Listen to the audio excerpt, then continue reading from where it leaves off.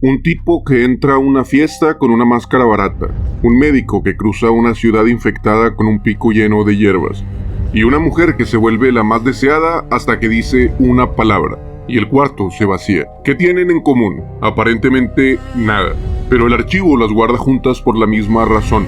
En los tres casos la máscara funciona, y cuando una máscara funciona, el riesgo es que se quede. Hola. Gracias por llegar al jueves de Archivo 42.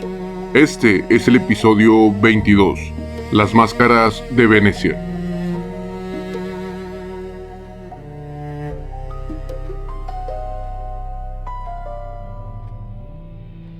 Era una noche de Halloween, de esas donde la ciudad parece tener un lugar para todos menos para ti.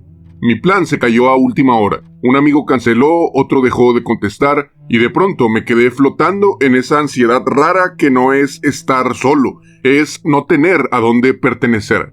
Traía una máscara de plástico barata en la mochila, de esas tipo V de Vendetta que se usaban en esos años. Sonrisa fija, mejillas rosadas, ojos que no parpadean. Me la puse entonces sin pensarlo demasiado, como quien se sube el cierre de la chamarra antes de salir al frío, y me salí a caminar por la colonia.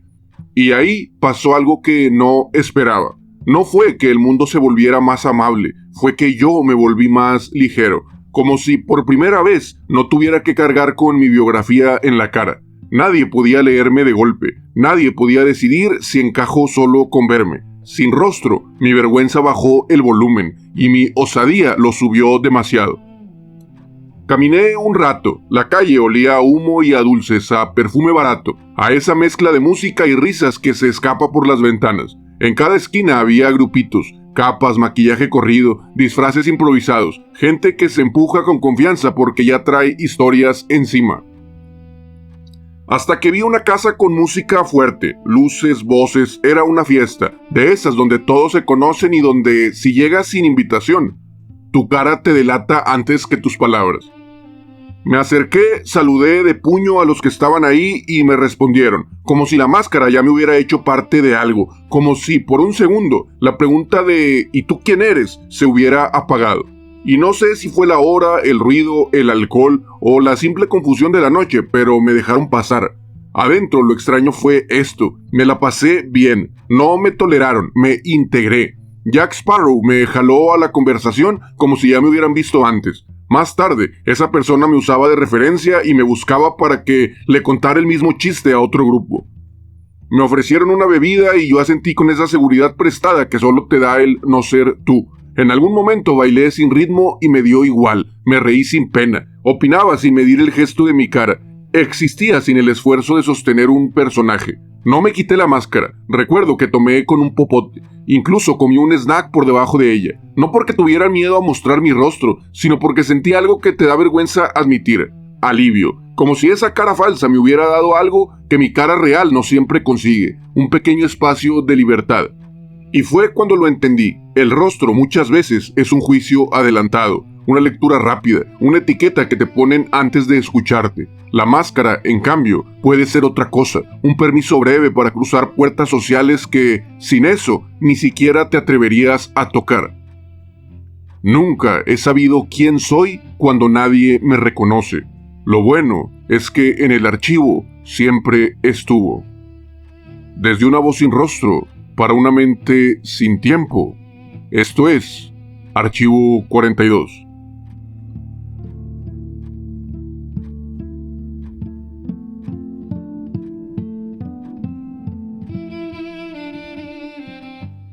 Después de una noche como la que te conté, uno pensaría que la máscara es una anomalía, un truco de una sola vez, pero hubo un lugar donde el anonimato no fue excepción, fue una institución. Venecia, la Serenísima. Cuando decimos las máscaras de Venecia, casi todos pensamos en fiesta, confeti, música, postales, pero durante siglos la máscara no vivió solo en la fiesta, vivió en el calendario y en la ley. En ciertos periodos del año, sobre todo alrededor de la temporada de carnaval, desde finales de diciembre hasta su cierre, era normal ver gente enmascarada en la ciudad, y no como un espectáculo, como un mecanismo social.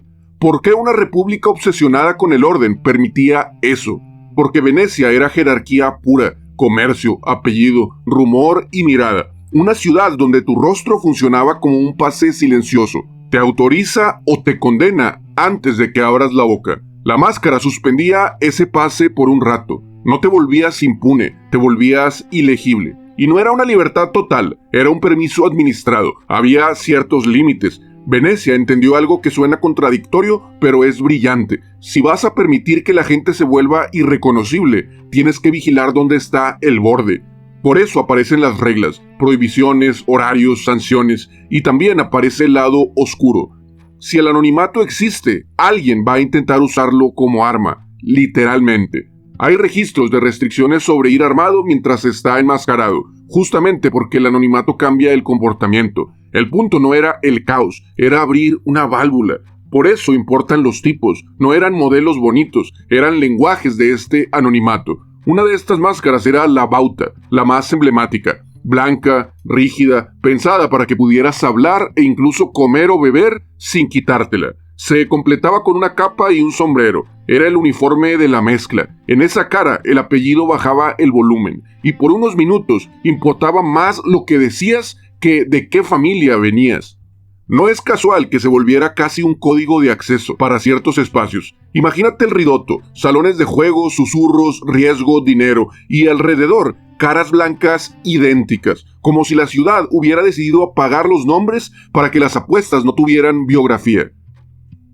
Otra máscara era el volto, el rostro neutro, la cara sin historia. No te convierte en un personaje más, te convierte en cualquiera. Es anonimato limpio, borrado sin drama. Es el tipo de máscara que no te añade un personaje, te quita el derecho de ser leído.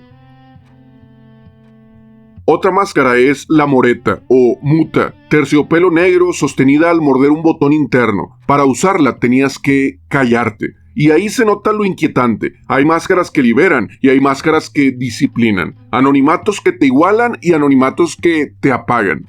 Dicen que eso era parte del encanto. Una mujer entrando a un salón con el rostro cubierto y la voz apagada, obligada a hablar solo con los ojos y con gestos. Seducción, sí, pero también regla. Misterio, sí, pero también control sobre ella. Y si todo esto te suena muy teatral, es porque Venecia también lo era. De hecho, la máscara no solo se usaba para esconder, se usaba para mezclarse, para moverse entre gente sin cargar el peso del apellido, para negociar sin quedar marcado, para probar una versión de ti que normalmente no te permitirías. No la buscabas, pero el anonimato te la ofrecía, te la daba. Existen además otros tipos de máscaras, sí, variantes más satíricas, otras más decorativas, otras nacidas del teatro y los personajes fijos. Y eso también dice algo. La máscara veneciana no fue solo una cosa, fue un ecosistema. Uno tan real que terminó volviéndose oficio. Talleres, artesanos, reglas de producción, un mercado entero dedicado a fabricar identidades temporales. Pero, en general, la función de todo esto era clara: cruzar puertas. El noble podía mezclarse sin arrastrar su título. El ciudadano podía entrar a espacios donde su cara lo delataría. La máscara no borraba la estructura de clase, pero sí te quitaba por un rato el derecho inmediato a juzgar por la apariencia. Venecia no prometía igualdad, prometía algo más raro, una pequeña tregua. Y lo más inquietante es que esa idea sobrevivió. Cambió de contexto, cambió de intención, cambió de forma, pero no desapareció. Hoy las máscaras siguen existiendo en Venecia, en carnavales, talleres, vitrinas y fiestas. Pero ya no funcionan como llave social, funcionan como un símbolo. Una ciudad recordándose a sí misma que alguna vez permitió un mundo donde el rostro podía apagarse sin que el sistema colapsara. Y justo cuando entiendes esta idea, el archivo hace lo que siempre hace. No te entrega una conclusión, te deja caer una huella, una nota marginal, una frase demasiado simple para ser inocente.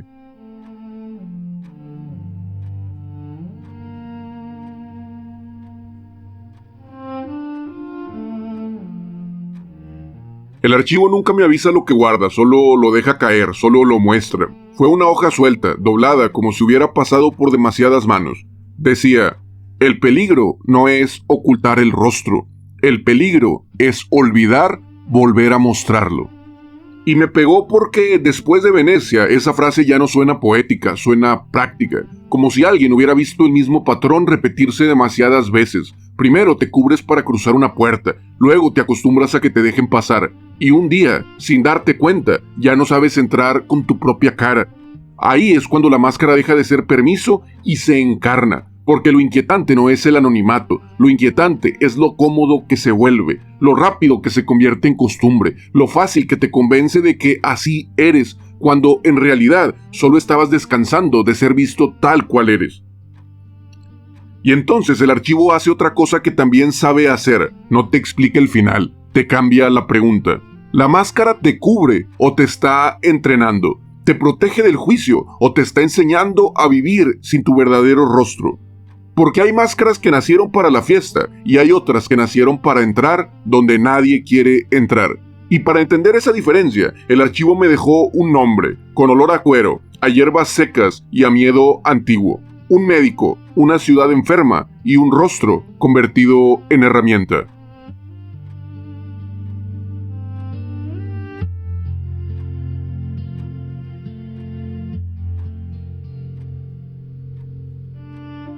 El nombre que me dejó el archivo olía a cuero húmedo y a ciudad enferma. Un médico, y no el médico del consultorio ni el de la conversación tranquila, el que entraba donde la vida ya no era rutina, era amenaza. Venecia lo entendía. Debajo de su seda y de su teatro también hubo un miedo real. Hubo temporadas en que la ciudad no era confeti, era contención. Y en esos años el rostro no solo era identidad, era riesgo. Hay una figura que se repite en registros y en la imaginación colectiva, el médico de la peste. A veces lo amarran a un nombre, Charles Delorme, médico de la corte de Francia, y aquí el archivo lo dice en voz baja. No es un inventor único con firma perfecta, es una imagen o umbral de una época, una solución hecha con miedo y con teoría incompleta, pero existió y se convirtió en todo un símbolo.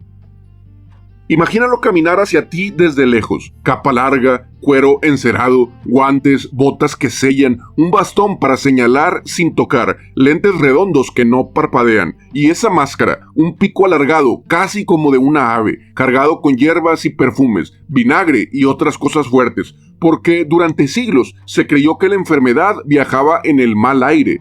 Si el aire era sospechoso, entonces había que respirar un jardín artificial. No era una estética gótica, era un intento desesperado de seguir vivo para poder seguir entrando. Y ahí la máscara cambia de categoría. En Venecia la máscara era permiso para cruzar puertas sociales. Aquí la máscara era permiso para cruzar puertas biológicas, para entrar a casas donde el miedo se pegaba en las paredes, para mirar de frente lo que nadie quería mirar sin que el rostro te traicionara. Porque cuando el mundo aprieta así, el rostro estorba. Estorba para el contagio, sí, pero también estorba para lo otro, para la empatía que te quiebra, para el pánico que se te mete en los ojos, para la humanidad que te paraliza cuando necesitas funcionar. Esa máscara no solo te cubría, te convertía en una función, en algo ilegible, en procedimiento, en herramienta caminando. Y entonces la frase del bloque anterior se vuelve más peligrosa. El peligro no es ocultar el rostro, el peligro es olvidar volver a mostrarlo. Porque si tu trabajo o tu miedo te obliga a vivir demasiado tiempo detrás de un rostro útil, llega un punto donde ya no sabes si usas la máscara o si la máscara aprendió a usarte a ti. Lo que relaciona al médico con este tema es que siglos después, esa misma silueta, el pico, el traje negro, la capa, los lentes, terminó colándose al imaginario veneciano como un disfraz más. El médico de la peste convertido en máscara, la epidemia convertida en símbolo, como si Venecia dijera, incluso el miedo aquí se convierte en mensaje. Y esa va a ser la puerta que abre el siguiente bloque del archivo, un libro que no habla de peste ni de carnaval, pero sí del mismo terror íntimo, que no eres solo uno, que puedes ser ninguno, o que puedes ser 100,000.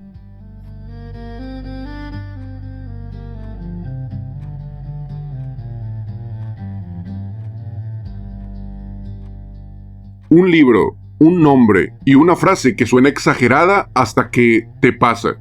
Luigi Pirandello escribió Uno, Ninguno y 100,000, como quien descubre demasiado tarde que su yo no vive adentro, vive afuera, en la mirada de los demás. Y lo más cruel es que todo empieza con una escena mínima, un comentario casual sobre su cara, algo pequeño, un detalle que él nunca había notado, como si alguien te dijera, un día, sin mala intención, tu nariz se mueve un poquito hacia la izquierda. No es el comentario lo que te rompe, es lo que desbloquea. Porque en ese segundo entiendes algo incómodo. Tú creías que tenías un rostro, pero en realidad tienes muchos. Tu cara no es una cosa que posees, es una versión que cada persona fabrica de ti. Y cada quien te fabrica distinto. Para tu familia, por ejemplo, sigues siendo la misma persona de siempre, aunque crezcas o cambies. Para tu trabajo eres una función, quien resuelve, quien entrega, quien no falla. Para tus amigos eres un papel estable, el chistoso, la seria, el que escucha, la que abraza.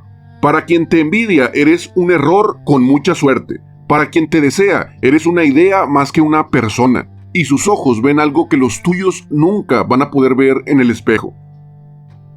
Y ahí es donde el libro se vuelve veneno fino. Pirandello muestra que aunque intentes corregirte, nunca puedes. El protagonista intenta desmentir una imagen y al hacerlo crea otra. Intenta ser auténtico y solo cambia de máscara. Porque la autenticidad también se vuelve un personaje cuando alguien más te está mirando. Incluso la rebeldía es una máscara si no es anónima. Y entonces Venecia regresa con otra luz. La bauta no inventó la fragmentación, solo la hizo visible, porque el mismo rostro puede ser 100 interpretaciones. Por eso lo que te conté en el bloque 1, cuando entré en esa fiesta sin ser invitado, se vuelve más inquietante. No es solo que una máscara me dejara entrar, es que al no tener cara, me volví fácil de completar. Entré sin biografía y la gente me inventó una. Me asignaron confianza, me asignaron historia, me asignaron un lugar en la mesa. Y funcionó, porque así funciona casi siempre. La gente no convive con lo que eres, convive con lo que cree que eres. Y aquí está el terror íntimo del libro, descubrir que ser uno es una negociación permanente y que quizá nunca fuiste uno, quizá siempre has sido 100,000. Ahora imagínate esto, ya no quieres ser 100,000, ahora quieres arrancar todas las versiones que la gente tiene de ti. Eso se puede. ¿Con qué cara llegarías mañana al trabajo? ¿Te reconocerían o solo dirían algo le está pasando? ¿A qué hora se vuelve raro el silencio? ¿En qué momento tu intento de ser tú o nadie empieza a parecer como una amenaza? Entonces, arrancarte todas esas versiones que la gente tiene de ti no te garantiza libertad. A veces solo queda vacío, solo queda silencio. A veces queda eso, ser ninguno. Y ese ninguno asusta más que cualquier máscara. Entonces la pregunta ahora cambia de filo. ¿Te pones máscaras para esconderte o porque sin ellas no sabes cómo existir frente a los ojos de los demás? Y justo cuando el libro te deja ahí, en ese borde entre ser y no ser, el archivo hace lo inevitable. El archivo también canta. Porque hay ideas que no se explican mejor con teoría, sino con un desfile, con una melodía, con antifaces caminando en fila, como si fueran pensamientos.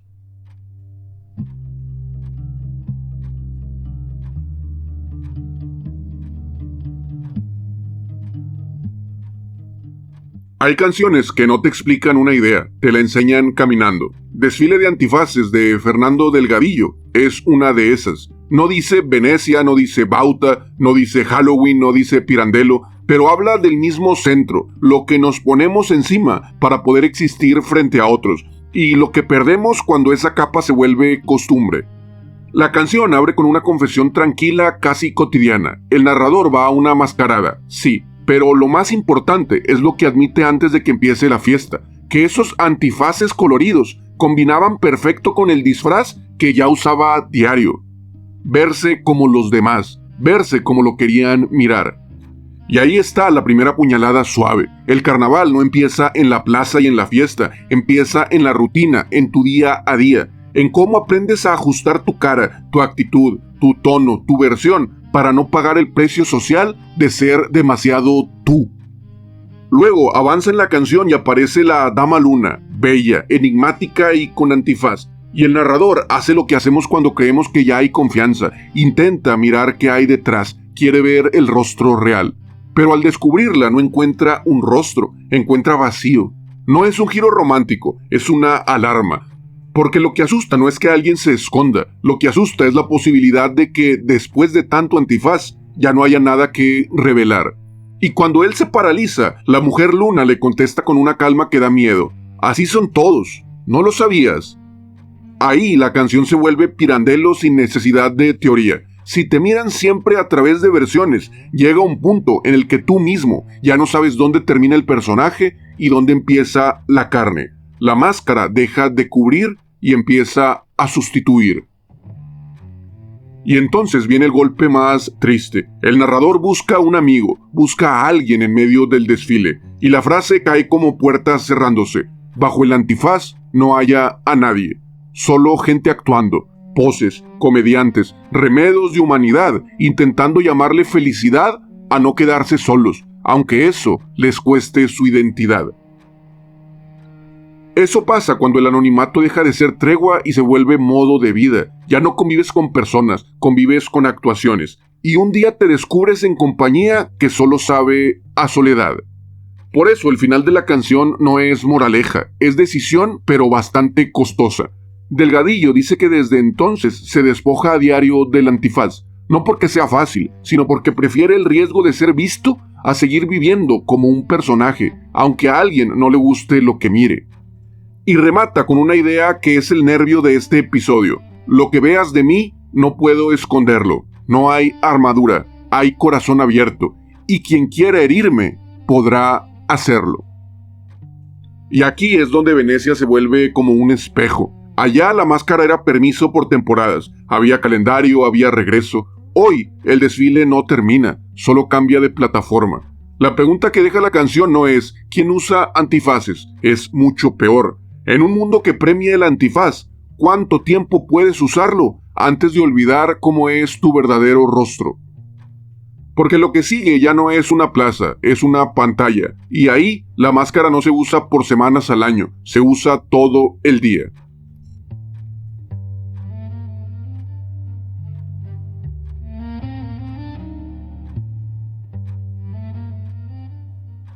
Venecia tenía calendario, nosotros tenemos un algoritmo. En la Serenísima el anonimato era una válvula con fecha de caducidad. Había temporadas para cubrirte y un amanecer que te obligaba a volver al rostro, con todo lo que eso implica, responsabilidad, reputación y consecuencias. Hoy el carnaval no tiene cierre, se actualiza, y eso cambia la naturaleza del antifaz, deja de ser un permiso temporal y se convierte en tu entorno. Para verlo claro, el archivo me deja dos espejos contemporáneos.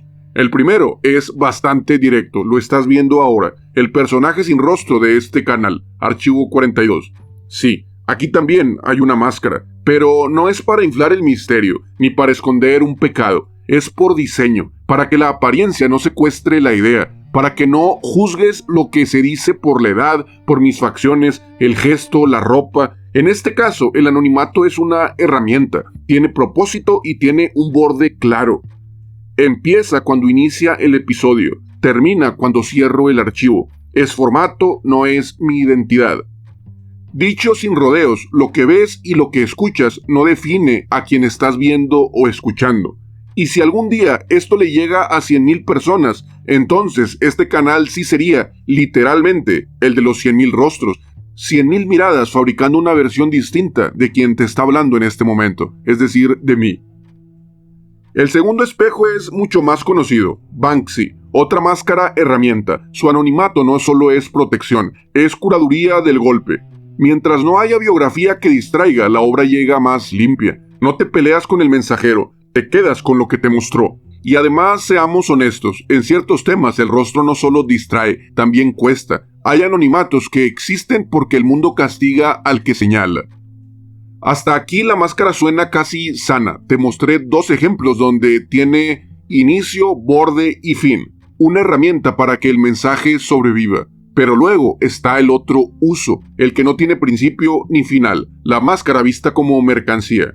Lo que no se pone para desaparecer sino para volverse consumible. Aquí ocurre una perversión moderna. Muestras la cara, pero escondes tu vida. Subes el rostro, pero filtras el cansancio. Enseñas la sonrisa, pero ocultas lo que te duele. Editas lo imperfecto, no solo por vanidad, sino porque el sistema te entrena. Premia lo pulido, castiga lo humano, y te acostumbra a vivir como si siempre estuvieras presentable.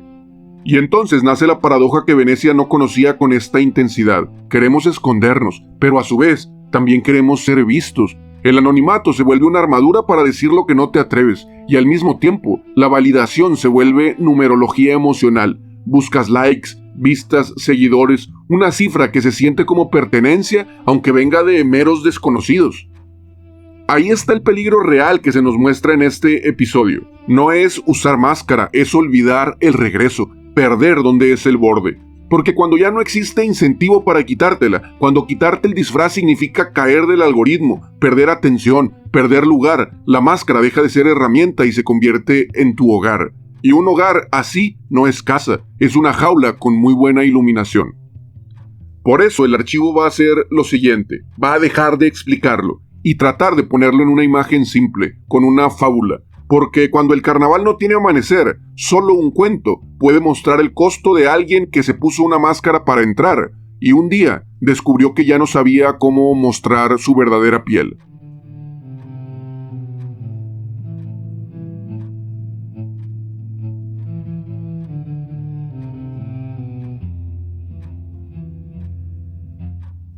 En una ciudad que ya no recuerdo el nombre, una mujer decidió que ya no quería ser vista a medias. No quería atención, quería existencia. Ese tipo de existencia que se nota cuando entras a un lugar y el aire cambia de densidad.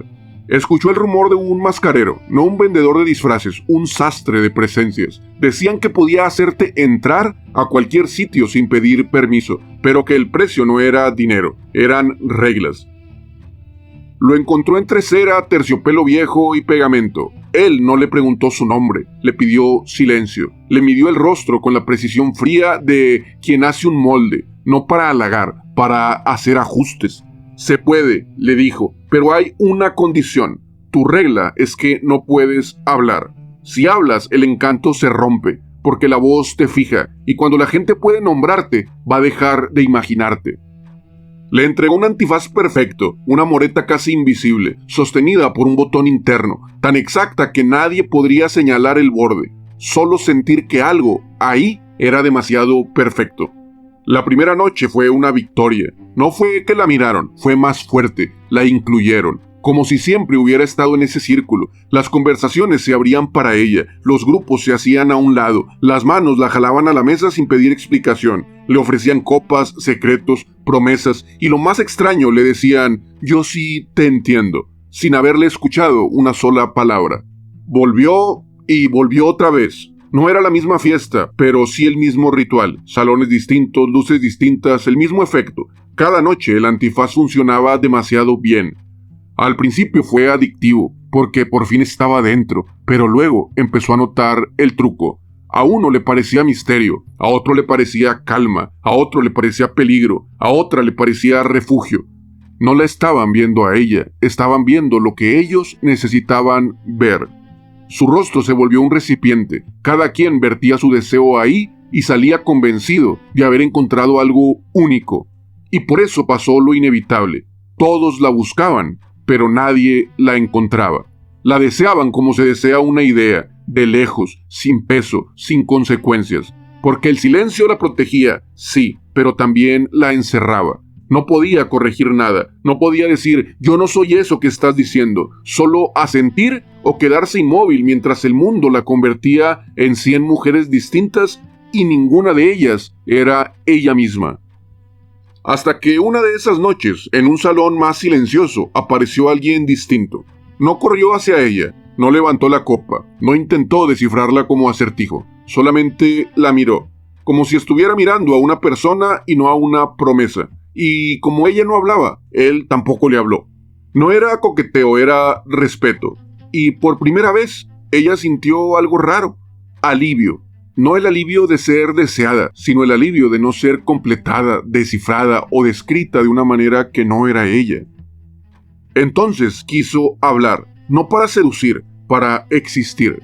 En ese instante soltó el botón y dijo una frase mínima, una palabra común, una palabra real, algo tan simple que no podía sostener ningún mito. No tronó nada, no se apagaron las velas, lo que se apagó fue la ilusión. Las caras alrededor se desacomodaron como cuando una canción se desafina de golpe. Uno frunció la frente con disgusto, como si acabara de ver un error en una pantalla. Otra miró a otro lado, incómoda, como si le hubieran quitado un espejo y le hubieran puesto a una persona. Alguien soltó una risa nerviosa y la cortó en seco. Y todos empezaron a irse. No como invitados, como público. Se fueron con prisa, con gestos raros, con esa incomodidad de quien no sabe explicar por qué algo ya no se siente bien. El salón quedó completamente vacío, y ella, en medio del silencio, sintió por primera vez el peso exacto de su voz y el frío limpio de ser humana. El único que no se fue él. No dijo te amo, no hizo promesas, no rescató la escena, solo se quedó, como si desde el principio no hubiera venido a buscar un antifaz, como si hubiera venido a buscar a alguien. Eso era el antifaz perfecto, no te cubría, te borraba. Y entonces, la nota del archivo deja de ser una frase bonita y se vuelve una advertencia práctica. El peligro no es ocultar tu rostro. El peligro es olvidar volver a mostrarlo. Y ahí es donde el archivo va a juntar todo, como siempre, no para decirte haz esto o no hagas aquello, sino para preguntarte algo peor. ¿Cuánta gente te ve a ti y cuánta solo ve lo que necesita de ti?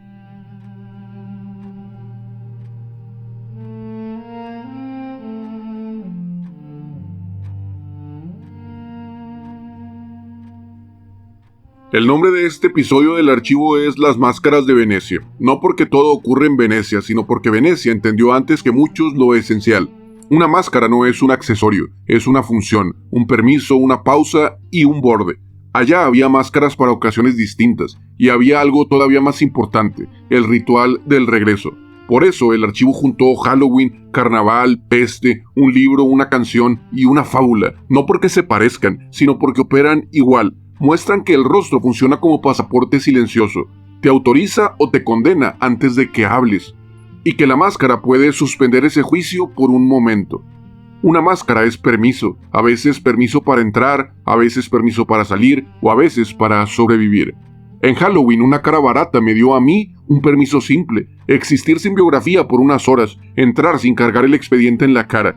En Venecia el permiso era más sofisticado, no prometía igualdad, prometía una tregua. Bauta, volto, moreta, formas distintas de decir, hoy no me leas tan rápido, y siempre con un borde, reglas, temporadas y consecuencias. Luego cayó una nota, como huella del archivo. El peligro no es ocultar el rostro, el peligro es olvidar, volver a mostrarlo. Ahí dejó de ser estética, se convirtió en advertencia.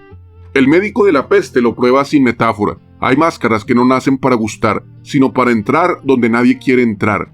Y la ironía más brutal, no entendían bien la causa, pero la barrera, la distancia, el protocolo, lo físico todavía podía salvarte.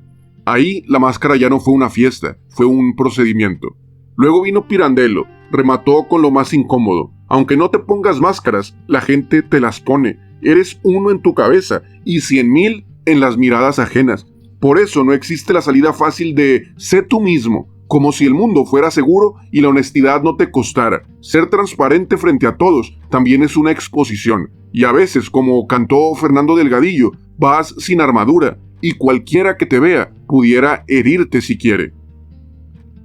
Entonces el problema no son las máscaras, el problema es perder el calendario. Venecia tenía un amanecer, nosotros tenemos un algoritmo. Allá el antifaz era temporada, aquí la máscara se vuelve ambiente. La máscara como herramienta, como Banksy o como el personaje sin rostro de Archivo 42, tiene un propósito y tiene un límite. Protegen el mensaje, no reemplazan a la persona. Empieza y termina.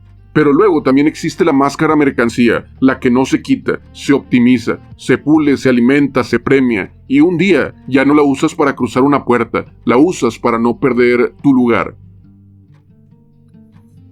Y por eso es que la fábula dolió distinto. Cuando habló, el hechizo se rompió porque el público no estaba ahí por ella, estaba ahí por lo que podía proyectar en ella. El salón se vació cuando apareció una persona en lugar de una promesa. El archivo en este momento no te va a decir quítate la máscara ni ponte una, solo deja una idea incómoda sobre la mesa. No es la máscara lo que asusta, es el momento en que deja de ser herramienta y se convierte en tu piel. Y aquí viene lo siguiente, si algo de esto te hizo ruido, por favor no lo dejes en silencio.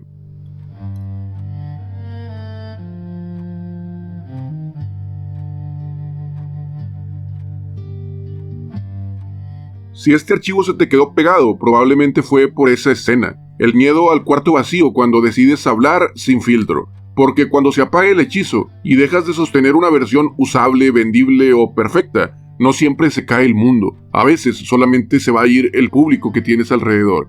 Y aquí te voy a pedir algo mínimo. Deja un registro. Escríbeme en los comentarios una sola línea, la máscara que más usas y por qué la necesitas.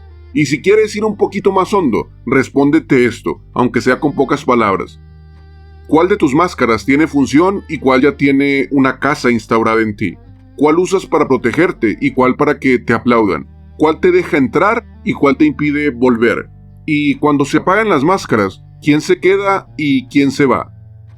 Si conoces a alguien que últimamente vive en modo personaje, sin darse cuenta, mándale este archivo. A veces la máscara se afloja con una duda prestada. Y si quieres seguir abriendo estos temas conmigo, suscríbete y sígueme en redes para no perder el hilo cuando se abra el próximo archivo. Y ahora sí, acompáñame a cerrar el episodio.